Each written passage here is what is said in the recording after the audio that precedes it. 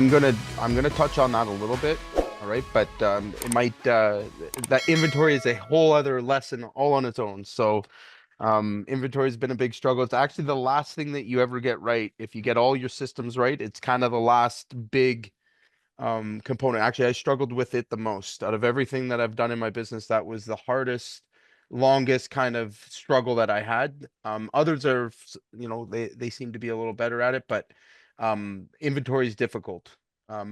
So let's jump in today. And what I want to start off with is we had some conversations earlier this week around purchasing techniques and strategy.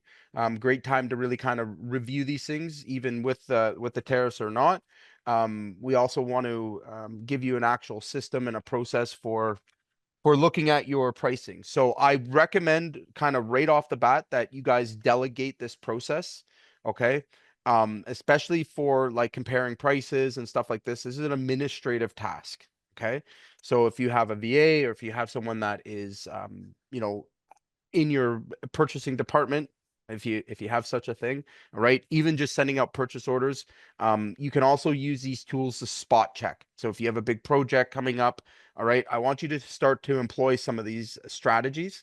And the spreadsheets that I've provided are basically a way for us to go through and compare products and compare pricing that we've been given by the supplier. But first things first is, what is the actual strategy for planning and working with your suppliers, right? So I think we started a conversation earlier this week. I want to come back to it for a quick second around, understanding the supplier's business and understanding kind of where they are. Okay.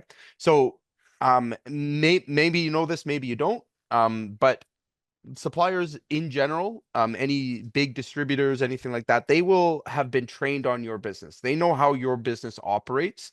They know how it functions. A couple of key things that they're looking for. Number one is your capability to market and sell. That is a big thing that they look for in having negotiations or discussions. Volume obviously is a result of good marketing and sales, but not always. The second thing they look at is financial, power. So are you paying your bills on time? Um, are you ahead of schedule? That's always a good thing for them. And then the other thing that they're really looking for is your organization. All right. So are you able to, have discussions about, consistency in your volume? All right. So can you take in, 3 months worth of purchase orders and share those with them? Are you able to actually give them feedback on their service? All right. So rating your suppliers. I've found that that's a great way to kind of create leverage and to, have an open discussion. But ultimately, you got to be able to answer the question of why. And it starts with understanding their business and their model. Okay. So how suppliers work is initially they're working on a certain margin, just like we are. Okay. So let's just say that they have a 30% margin, which seems to be about the average in construction. All right. And they're looking for about a 10% net profit. Okay. Net margin on their products. Okay. So what they're always going to do, all right, if you call up your suppliers, they're going to immediately assess you in which tier you belong in. Okay. So, and you may have different tiers for different products. Okay. So if you buy a high volume of a certain product, all right, maybe you've achieved, maybe a tier 2 pricing level. Okay. And we'll discuss pricing levels here in a second, but and you're still tier 1 for other products or other services. This is why you need to check, right? We need to be able to understand again that they're not always going to give you, unless you ask, unless you negotiate, they're not going to give you the best prices, because that's not how they make their money, right? The best customers to them are the ones that just come in and order material. All right. That's all of the, and what you need to understand is if you're just going in and ordering material, maybe you get a tier 2, but most of the time you're going to be tier 1. Basically, that's a walk-in price. Okay. It's almost like a convenience fee. Okay. So I know a lot of guys that just kind of go and order their jobs at the supplier. All right. You're always going to be in a tier 1 situation. Okay. So how do we move from tier to tier? Again, like I said, we want to use a couple of things for leverage. The first strategy is never, ever, ever, ever, all right, commit to one supplier.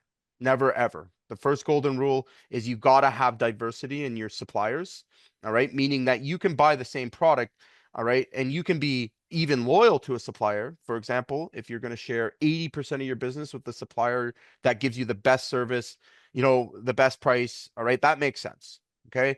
And that you're going to give them the volume of their work, but you need to be distributing 20%, all right, to anyone else that carries that product. And again, I'll give you a real quick story about how I had to learn this lesson the very hard way. Many years ago, I worked with a supplier called Roofmart, and the owners of Roofmart is Ico Shingles. Okay. And I committed to them, and basically that was the only brand, the only supplier that I used. And we worked together for like 2-3 years. They took me on cruises and all types of good stuff, made me feel all special inside, and like I was really, we were really partners. Until the day came when I found out that, a brand new roofer in town was buying from them at a lower price. Brand new roofer was getting shingles lower price than me. And I go into my sales rep and I'm like, hey, what the hell is going on? Like, how did this guy get a better price? Oh, I'll get back to you. He gets back to me. He goes, yeah. He's like, you've never asked.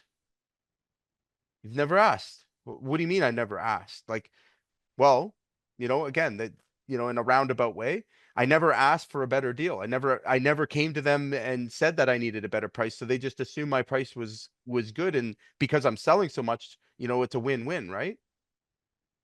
So when we added all of that up, just in the difference in tiers, because I wasn't negotiating, I wasn't like, and their response to me was, it's your fault. You didn't negotiate. You didn't ask for anything. And I thought, wow, that was a big wake up call for me going, well, I didn't know that I was really supposed to. I thought automatically you would take care of me, right? And, come to find out that, probably all those cruises and lunches and stuff were how they thought they were taking care of me.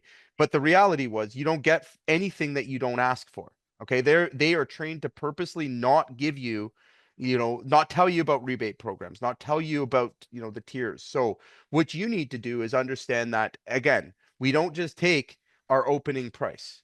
We don't accept the first price that we're getting. We got to shop these things around, right? We have to, even if you're a low volume, especially if you're low volume, okay, making sure that you're taking that time, to get a couple of prices from other suppliers and to create those relationships, to have that open communication with them first and foremost, and to let them know that, hey, you know what? I'm looking to do long-term business, and here's the benefits of working with my company. Here's maybe the niche products that we move. Here's our specialty. Having those open conversations. Ironically, we've had nonstop. My door has not stopped swinging. Since the tariff thing with suppliers coming through. I don't know if you guys have had the same experience or not, but phone calls, like everybody's kind of in a disruptive move, and it kind of brought me back to like understanding that these guys are out here, ultimately trying to sell to their clients. And until something happens, right? Until something changes, you may never hear from them, right? So, I mean, again, how many of you guys are just buying from your supplier and you don't even talk to a sales rep, right? We don't even, we don't have a process for checking their prices, right? We just take it at face value. How much money are we leaving on the table at that point? Okay. This can be hundreds, it could be hundreds of thousands. I mean, it can be insane, right? So what does 3% mean to your bottom line, right? What could that possibly mean? So I want everybody today to do one thing for me. All right. So our action and our takeaway, I want everybody here to ask their supplier about their year-end rebate program. Okay. Another term that I want you to ask them for is early pay terms. Okay.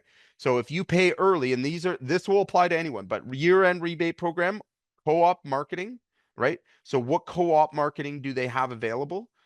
All right. If there's any manufacturers that they are working with that have co-op marketing programs, all right? That's where the manufacturer works through the distributor and they're able to give you discount rates, or they're able to just flat out finance certain things. You're going to ask about those. Okay.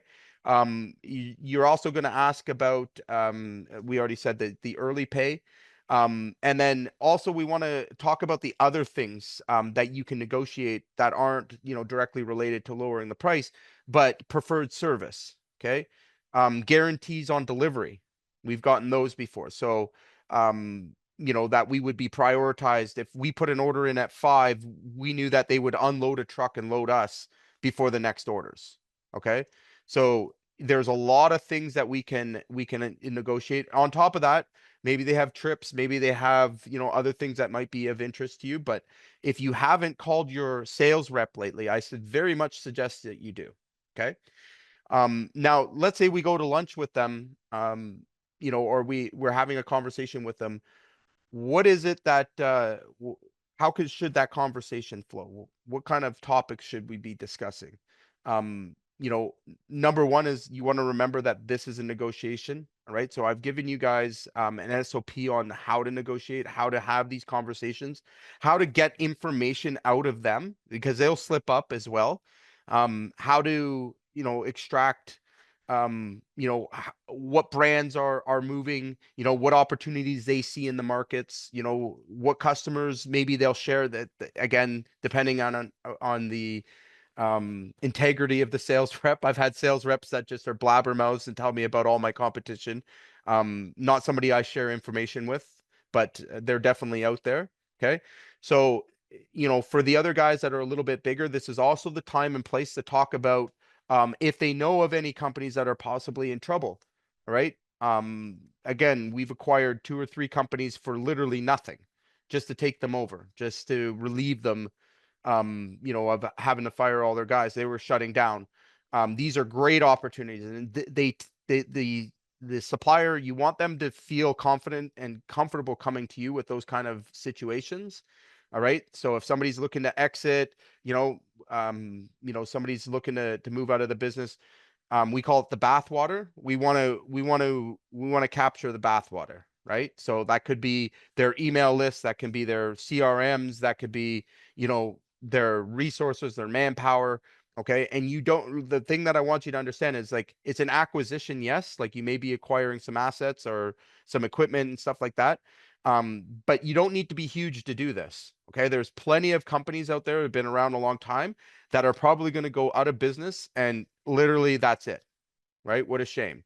Been in business 40 years. They have a low EBITDA, where they're not really worth a lot, or anything. And the owner's just going to shut the doors. Okay. You imagine if somebody's been operating for 10 or 15, 20 years, and how much, even if they're using, a CRM. I've bought an Excel sheet with, 10,000 clients on it. So at the end of the day, there's those kind of opportunities that you can work with your supplier. The supplier will know first if somebody's looking to exit the business. Remember that they're the ones that are really dabbling with everybody, right? So if you make it known that you're interested in that, okay, that's going to, make it more in your favor. Okay. Now, when you're taking your supplies, all right, what I suggest that you do, let's take a look at this for a sec. Okay. Hold on, we'll actually go to the other one. All right, so this is relatively explanatory, all right, but this is a standard procedure that we follow. And what it is basically we'll spot check certain purchase orders or certain pricing things. And we actually share this back with our suppliers. So when we go to these calls or we go into these things, we bring this information with us. All right. And I use my sales reps to do a lot of this negotiation. All right. But I'll give you a good example. We were working with a big supplier called Cascade. And, we also work with a big supplier called Ideal. Once a year, we let them fight it out, right? Right about this time of year, they do winter bookings. They, take us out for lunch. They do a whole bunch of, stuff to try and win our business over. I negotiate in December, roughly, what supplier I'm going to use at an 80%. But throughout the year, I'm checking pricing. All right. So Cascade may come back to me and go, hey, I've got, this purchase order for, that I can get you a smoking hot deal on coil for. Okay. I'm going to document all of those procurements. Okay. And what I'm looking at is to find any sort of patterns. Okay. Any sort of opportunity where, we may be better off working with another supplier. Now, I don't switch, heavily, but what I'm going to do is take back that opportunity to my actual supplier and say, hey, you know what? We've had 2, 3 projects go by where we've given you the business, but I'm actually getting a better price on it from another supplier. I need you to match it. No problem. Right? Just like that. Okay. But if you're not watching your purchase orders and you're not spot checking those things, and you're not having those discussions with other suppliers of the same, same material or quality, you're not going to catch that, right? And your supplier is just going to continue to keep you at a certain tier. All right. So again, when you're trying to implement this, is the simplest system that I can recommend. And again, you can use a VA, you can use an administrator, all right, but demand that they get other prices, even if you're not planning to use that. Like you would never order from, like we would never order from certain suppliers. We still give them a shot. We still have them, price things for us from here and there, but we know like their delivery time is ridiculous. Their payment terms, are, not in our favor. Their availability is, sucks. And there's other factors too, right? We just don't like them, period. Like they've, been late on orders before in the past. We know that they're classified as like a D supplier. All right. But they will still continuously try to get our business. Right. So another really important thing is if you have larger orders, okay, so if you have a larger project coming up, use that as your leverage. Okay, use that as your entry point to have these discussions. Okay, again, suppliers are just like you guys, right? When you see a really big job, all right, all of a sudden our attention is with it, right? Make sense? So what I want you to do again is take those in, and especially if you've got purchase orders for the future, right? So if we're starting jobs in April, May, June, all right, depending on how far your backlog is back, again, start negotiating now. Okay. Just like in sales, you'd be very interested to see how the supplier reacts or responds. And again, follow the steps in terms of your process for negotiating with them. What you don't want to end up being is a class D customer to them. All right. So somebody that overprice shops, all right, it can come off that way. I don't recommend that. So like I said, there's got to be somewhat of a loyalty to your best supplier, or the one that is most dependable and reliable. But there's still got to be, like I said, some kickback to that. The other thing that you want to make sure that you're doing is using data, using information, all right, rather than bullshit, right? Don't get into that habit where you bullshit prices or say that you're getting something you're not. If you're going to do this, you want to be able to take in the actual sales order pricing from the other supplier. You're going to hand that to them. If that's the one that you're being loyal to, all right, show your integrity with them, all right? If you're going to ask them for the lower price or a price match, give them the supplier that gave you. It's all fair in love and war. All right. The reason I do that is because I don't want them to question my integrity down the line. Okay. So if somebody is, I've gotten a sales rep to move or budge, and I do that a couple times without any, actual proof that I'm getting, price from so and so or, whoever, they may begin to doubt if I'm actually getting those rates. Right. So a long time ago, I learned to just kind of be completely transparent with your process and be clear with them, right? I mean, honestly, like you're doing what they're doing. You're looking for the best price. You're looking to work, outside of price alone, right? If the supplier is delivering every time on time, all right, make sure that you're sharing that information with them. This is what I like. This is what I don't like. All right. Make sure you have documentation if you can for that. That's simple, easy stuff. You can have that in your daily job reports. We do. If a supplier is late, if an order was half shipped, like all that stuff we document and we have entries for, right, on our job reports, so that when we do go to negotiate with them, we can actually show them their progress of working with us. Otherwise, they'll just assume everything was great. All right. And we've actually had suppliers that, where the conversation starts off that they can't give us anymore, after a couple of these conversations or how we break it down, all of a sudden they move us into a third tier or fourth tier. Right. So remember, their business and your feedback is important and valuable to them, as well as the intel that you're going to bring to the table. Okay. I'm going to stop for a second. I want to kind of open this up to a conversation. Does anybody have any questions so far? Does anybody have any concerns? Is this over anybody's head?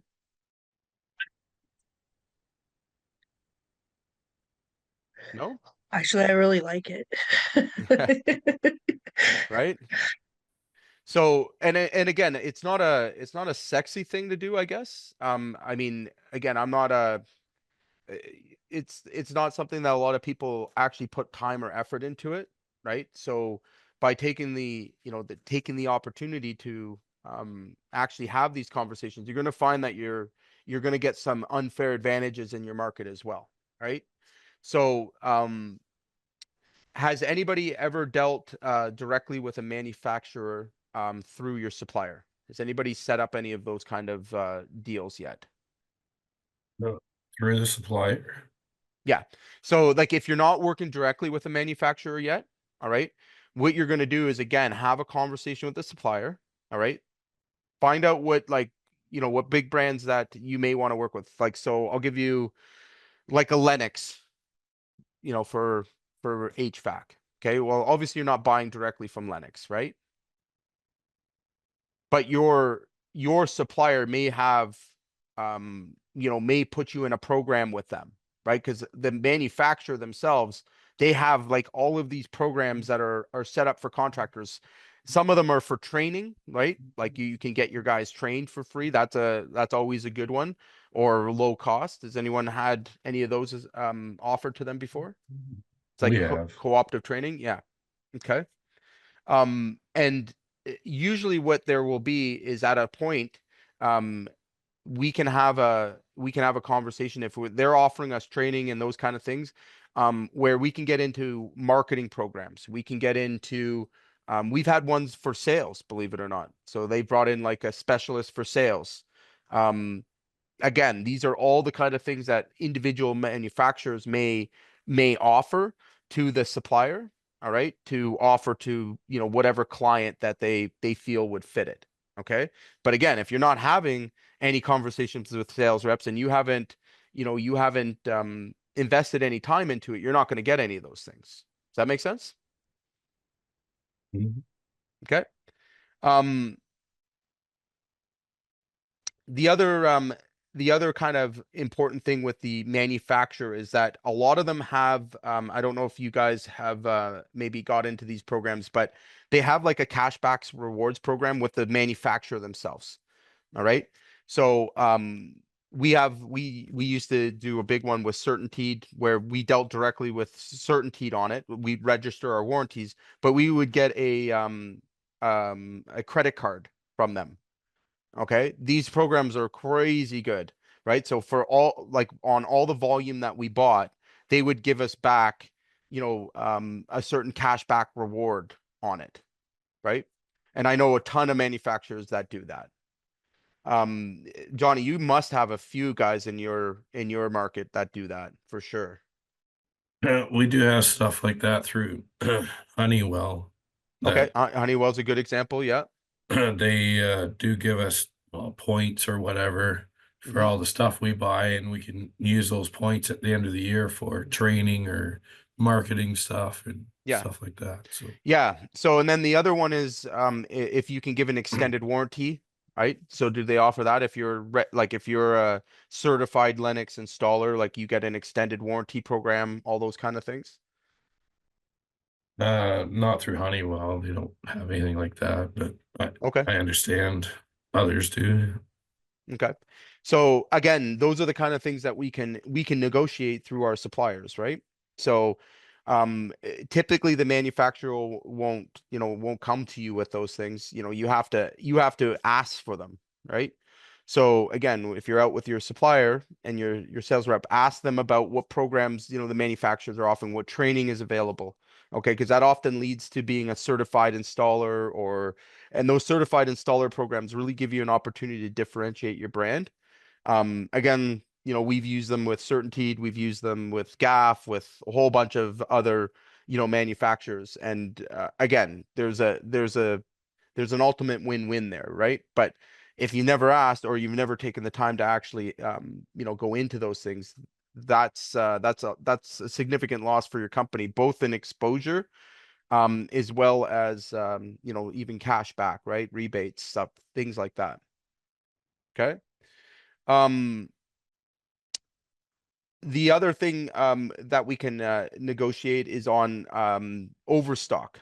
Has anyone ever negotiated with your suppliers on overstock items?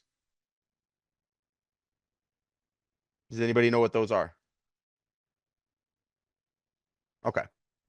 So an overstock is, let's say that a supplier had a contractor put in a purchase order for a large amount of material, okay? Or maybe they thought that there would be a higher demand and demand drops for something, or a new competitor comes in. A lot of times your supplier is sitting on an overstock of material. Okay, so specific type of material, maybe it's,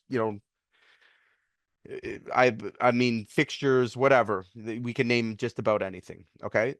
A conversation you can have is when they are in an overstock situation where they want to get it off their floor, they'll give you very, very substantial discounts on it, right down to like tier 4. All right, all you need to do is let them know that you're open to discussing those overstocks. All right. So again, like I don't know if I shared this with you already, but like earlier this week, we made a big purchase for coil, and it was basically our supplier trying to unload coil in case the market changes or goes up or down, and basically so they can, they can have more room and more buying power with cash, right? So we were able to make that deal. It was about a 30% discount. Either way, I'm going to be in a positive situation. All right. And a lot of times they'll defer payments on that. So that's another thing that you can ask for. So again, during your slower seasons, let's say you're going in December, roughly on average you sell 4 or 5 heating units. Okay. What you can do is basically do a booking with them saying, hey, I commit to these 4 or 5 units. All right. And they may give you a 15 to 20% discount. All right. But then they'll defer your payment till like May. Anybody been ever offered anything like that? Not really. No? Okay. Anybody think they could benefit from that? Probably, right? Okay. So another Uh, thing you can request from them is again, certain booking times. So their slow seasons, right? When's your supplier the slowest? When is their shoulder seasons? I know mine right now is January, February, March. That's the best time for me to negotiate with them to move product, right? What about you guys? Do you guys have any seasonality to your business?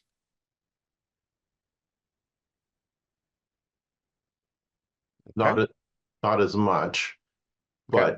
but what about extended terms? Mm-hmm. Totally.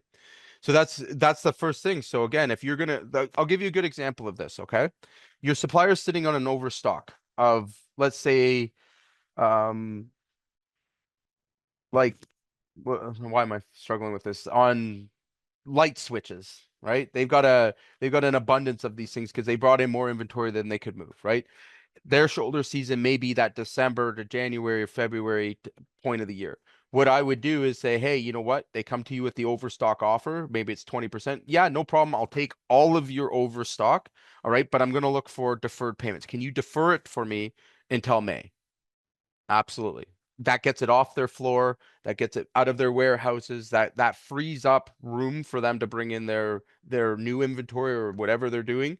All right. And again, now you've got that deferred payment. You can basically sell that product, all the way through, and as long as you're focused on marketing that, right? So maybe you run a campaign, maybe you run a different offer to your audience. We've done that lots of times, right? Especially with your brand, Greg, like, again, you can run, maybe it's lighting, right? Certain bar lights. You want to think like a retailer, right? The more that you can become that retailer where you're, essentially moving these commodities, the better relationship you're going to have with the supplier. They're going to see you as an asset, right? Because again, what do they need to do? What is their objective? Move product, right?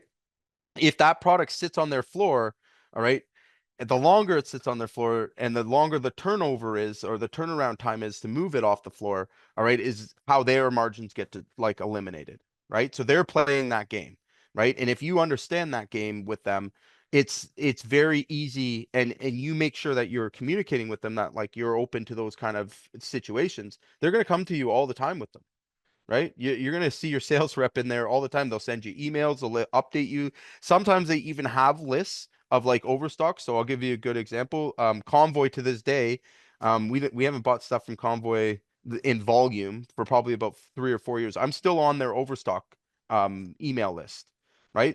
So they'll send it out to the list and say, hey, we've got 600 rolls of flat roofing membrane that we're moving at a 20% discount, cash and carry. Cool. I would never ever have like been on that list, and we've bought things from it many times. We still from time to time will see equipment or something we'll buy, but I would never be on that if I didn't have those conversations. If I was just if I was on an island and just bought from them, periodically, they would never know that I would be interested in that, right? And again, you don't get what you don't ask for. Make sense? I have a question with regards to deferred payments. Yep. I went to Johnny first because I was like, I don't want to sound stupid, but my knowledge is a little bit limited. And I was under the impression that when you have, like, for example, we used to have a car loan Mhm. and we would defer payments, and that impacted our personal credit. No. And so it didn't. No. So, a deferred payment, again, would be hinged on you paying a certain rate. So, like, let's say you default on the deferred payment thing, they would still, like, you would still be obligated to pay the amount, but you wouldn't get the rebate with it, right? So then it would just become a normal receivable, or like you can return it. Like that's another way that it can go, right? So if you can't move that stock, like you're locking into it. Does that make sense? No, So I got a little bit more lost. So I think let me just sure. forgive me. Um, so how I asked the question is, do deferred payments impact your credit in a corporation like they would on a personal level?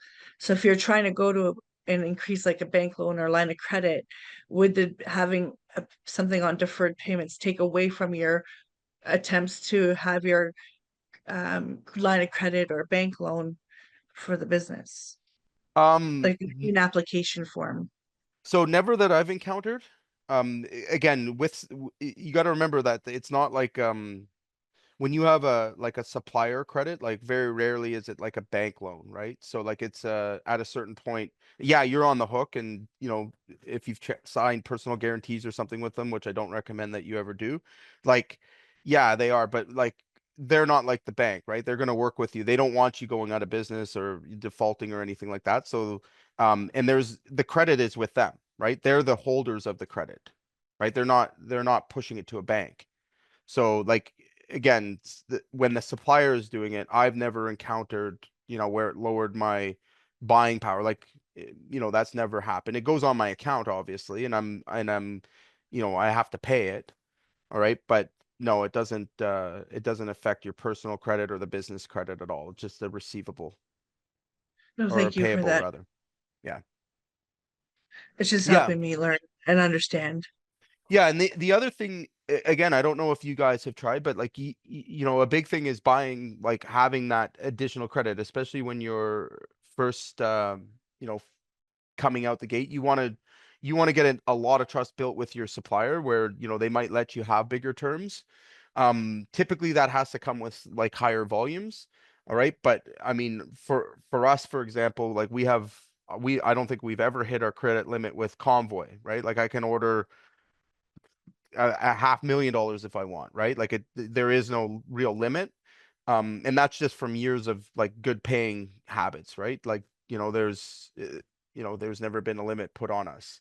I know others are a little bit different, but again, those are other things you can negotiate with. So if you have some big projects coming up that are going to be 30, 60, 90-day terms, All right. Go to your supplier and be like, hey, you know what? I want a co-op deal.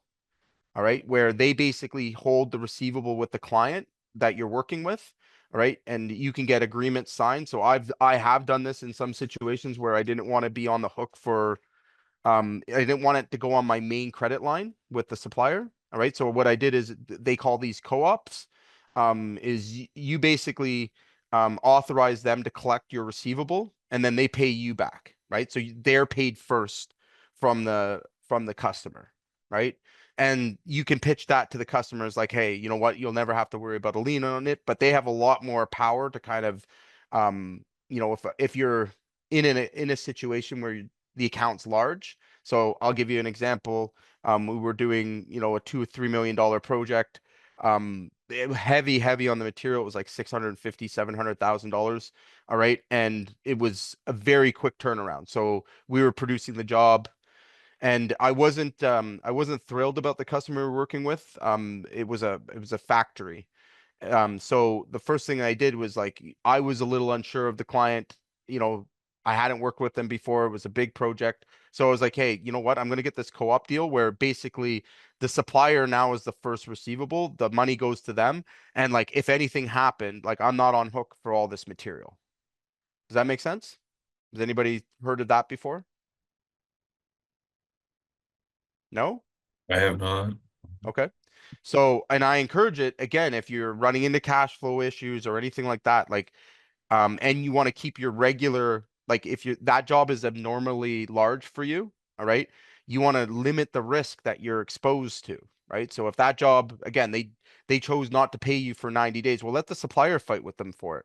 All right. Now you're just holding the labor side of it. Okay. They're actually going to be a lot more aggressive. Like they have lawyers and you want to put that power to work for you. Right. So again, they'll go in and they'll be aggressive. They'll make sure that they're getting paid, at the 30-day mark, or else they'll come down on them. It's not going to damage the relationship between you and the customer. Like they got to pay their bill. They agreed to the terms. All right. And it's not going to affect your line of credit that you may have with the supplier. Right. And a lot of cases, maybe they don't want to even extend you that credit. That's how you would play it. So again, if you've never bought the volume of material before from a supplier, all right, it doesn't mean you have to go find a loan in case you to take on this work. You actually just go to them and have them, do a co-op agreement. And that That's the gets you out of term the thing. for it? Yeah, Co-op it's a co-op agreement? agreement. Yeah. I've Okay. ran it lots of times for, especially Greg, for big construction projects where like, Mhm. again, why even bother? Like, I don't care.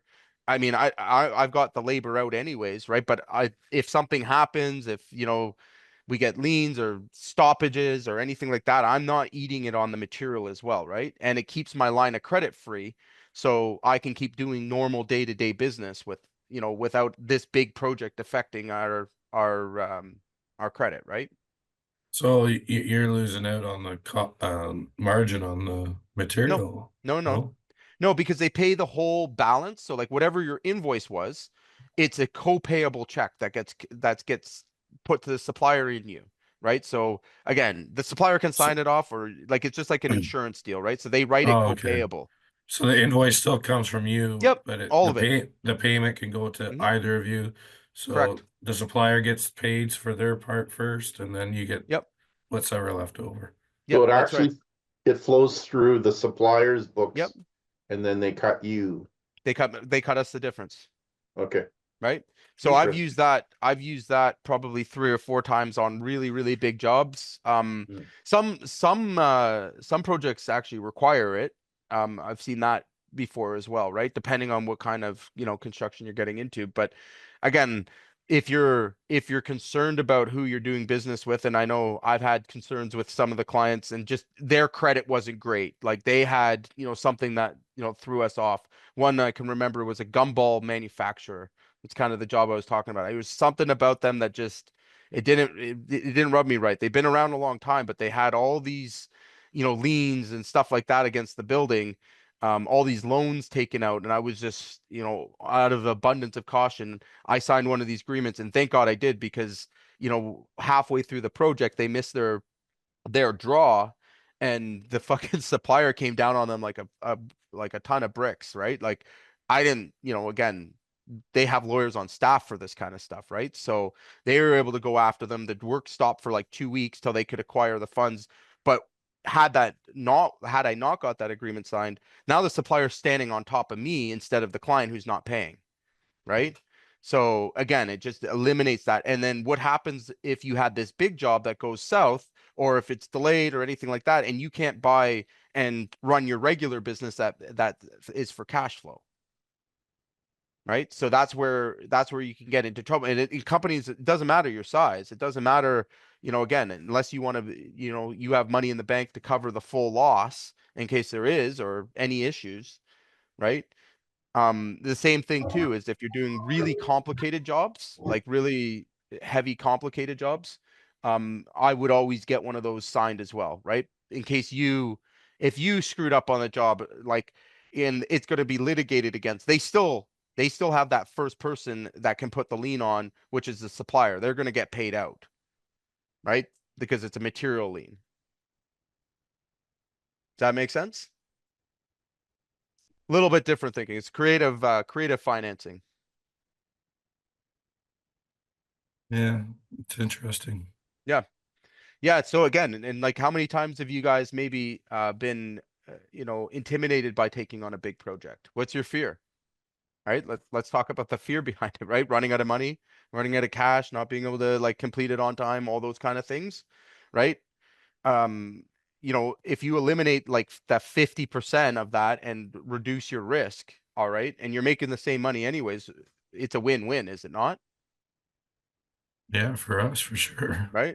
And you're also leveraging and using your supplier as a partner, right? Because they are technically a partner with you on that project, right?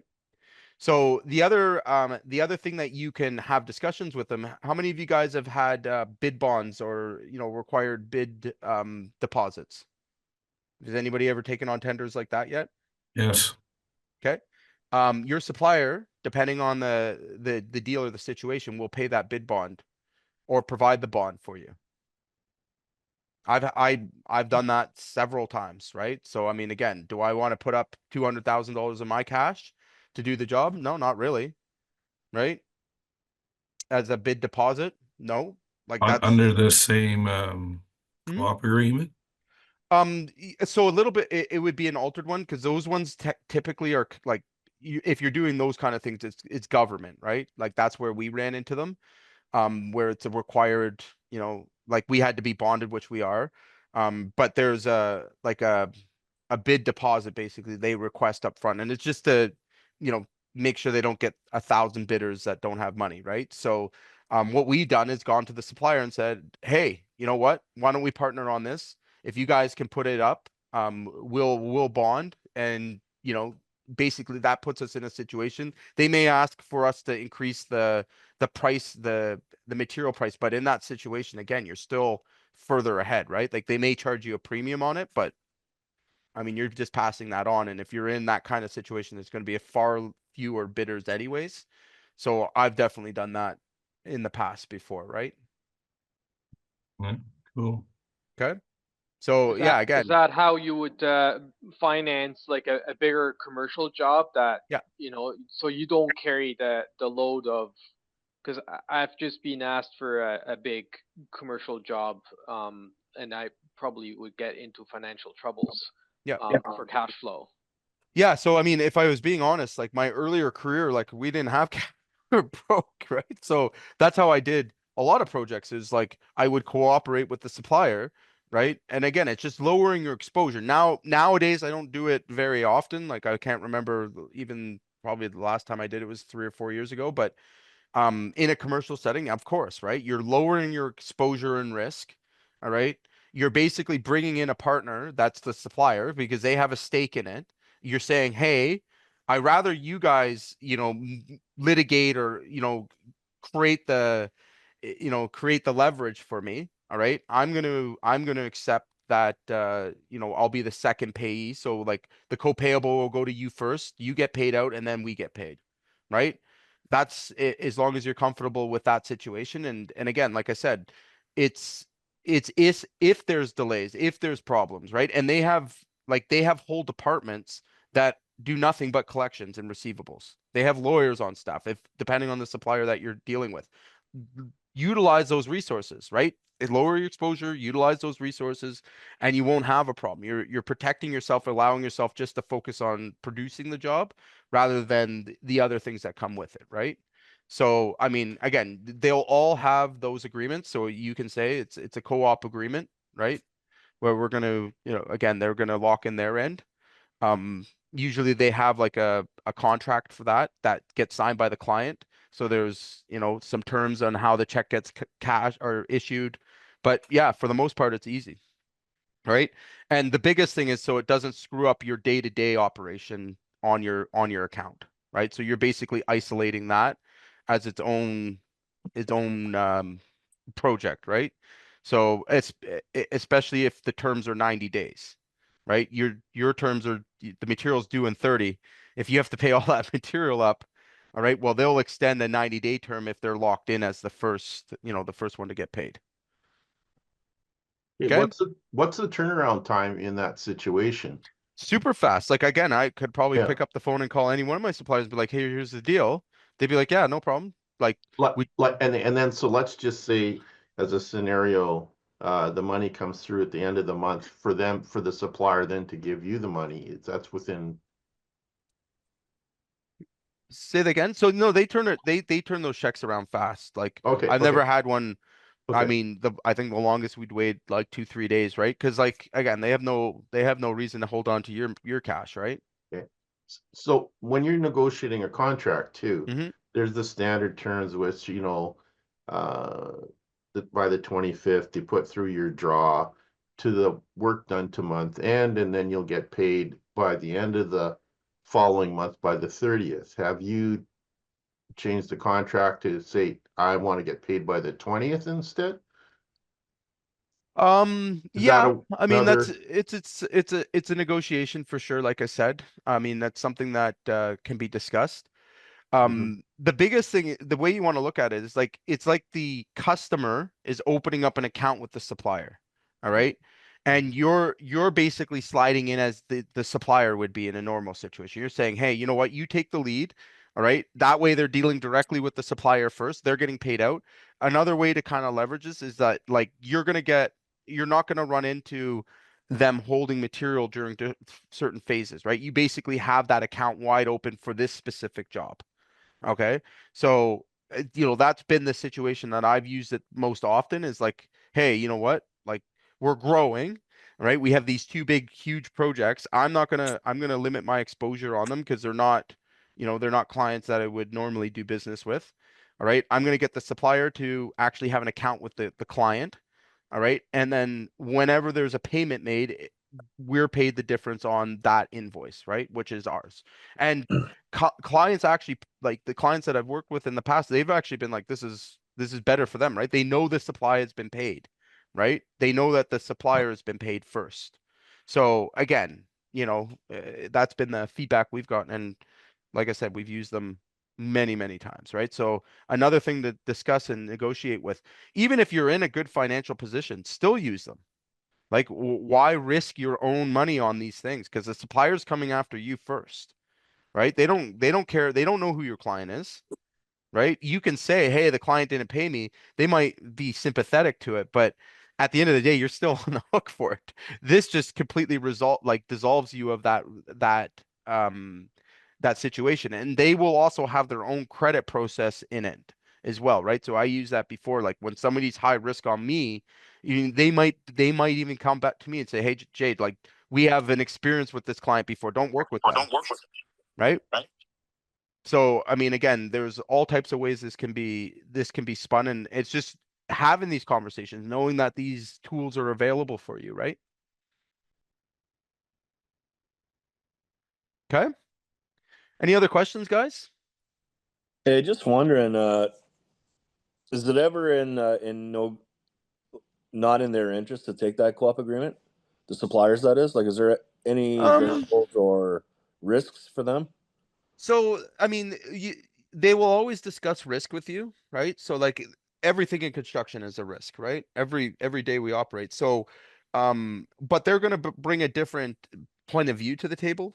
I found, right? So like I said, I can share with you on maybe 3 occasions they've told me about not working with a specific client because they had past problems with them, right? So I pull credit reports and like I check into the company. Like if I'm going into bed with somebody for, $200,000-300,000 job or $500,000 job, you're damn right I'm checking their credit, right? They may have screwed tons of other contractors in the past. You don't know, right? Same with GCs and stuff like that. You don't know where they stand. Your supplier might though, right? So again, get them on board early.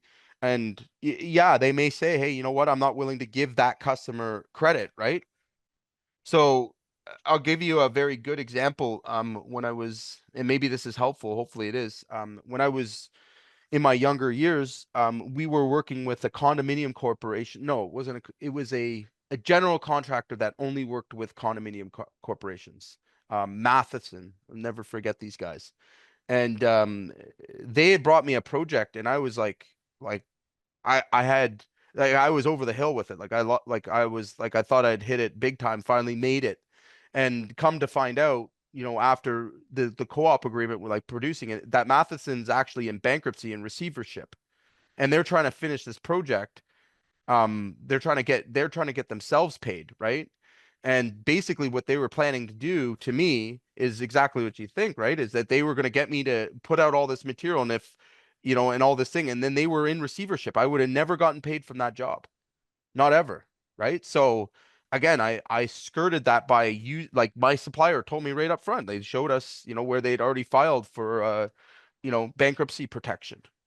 How else would I, that wasn't in the courts yet. That hadn't been put through the courts yet. And they were able to tell me about it by using these agreements, right? Mm. So again, like make sure you're keeping those relationships. And if you're going into something that's, over your head, or you feel like it's over your head, bring in your partner, right? You don't have to use the bank to be your partner. You use the one that has the invested interest and that has the intel, and has the information. Because remember, like, it's a small world, right? The suppliers hear a lot more about what's going on than you guys may think, right? Like they're talking to everyone, right? They know the real deal with, what's going on in the markets, right? If they're a big supplier is what I mean, right? Yeah. So again, why would you not leverage that opportunity? Like that probably, that easily saved me, $300,000 or $400,000 and then probably bankruptcy for myself, right? I learned a good lesson from that particular one, and I never forget when the supplier had mentioned to me, you never dive for a falling sword, right? So there's all types of same as projects that another contractor's started or not finished, and like there's reasons behind that, right? So again, if you want to be cautious and you want to protect and lower your exposure, use them as a lever, use them as leverage. Does the supplier have access to better credit information than the They do. Equifax route? So again, most suppliers have like in-house like AR people, right? Like again, I've been on the good side and the bad side of suppliers.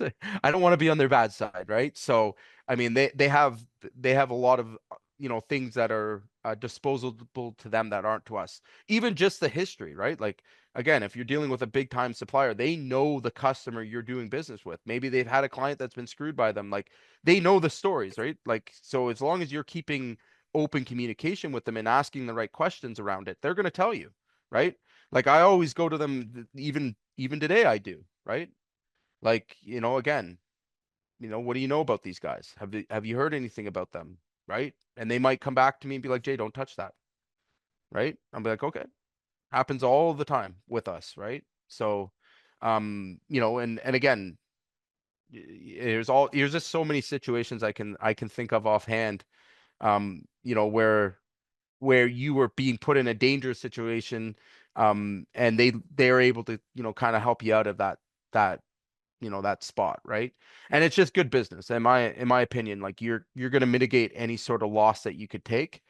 Best way to protect yourself is, again, like if you're not on the hook for the material, you're only taking the loss on the labor at worst, right? So, and again, it doesn't cut off your ability to do business in the future, right? So if that job went south and it crashes that account and you can't buy your day-to-day supplies, what are you going to do? Right? Because then they have to cut off your credit and it's not fault of your own, but you know, like you owe them this money. I'd much rather them go put that pressure on the person who actually owes them the money. Right? Cool. All right, guys. Well, hopefully this has been helpful. Everyone got their tools in the chat there, I hope. Thank you. You know, let me know if you guys come across any of these deals. I know we've been talking a lot this week about it. I really do encourage you to like pick up the phone, talk to the manufacturers. If you get anything, like I said, the overstock stuff like that, we can build a whole campaign for you around that. If they've got something that's smoking hot, you know, lighting systems, fixtures, whatever, that you think you can move, like you can build a whole campaign around it, right? So like I said, think like a retailer, right? Cool. We will talk to you all soon.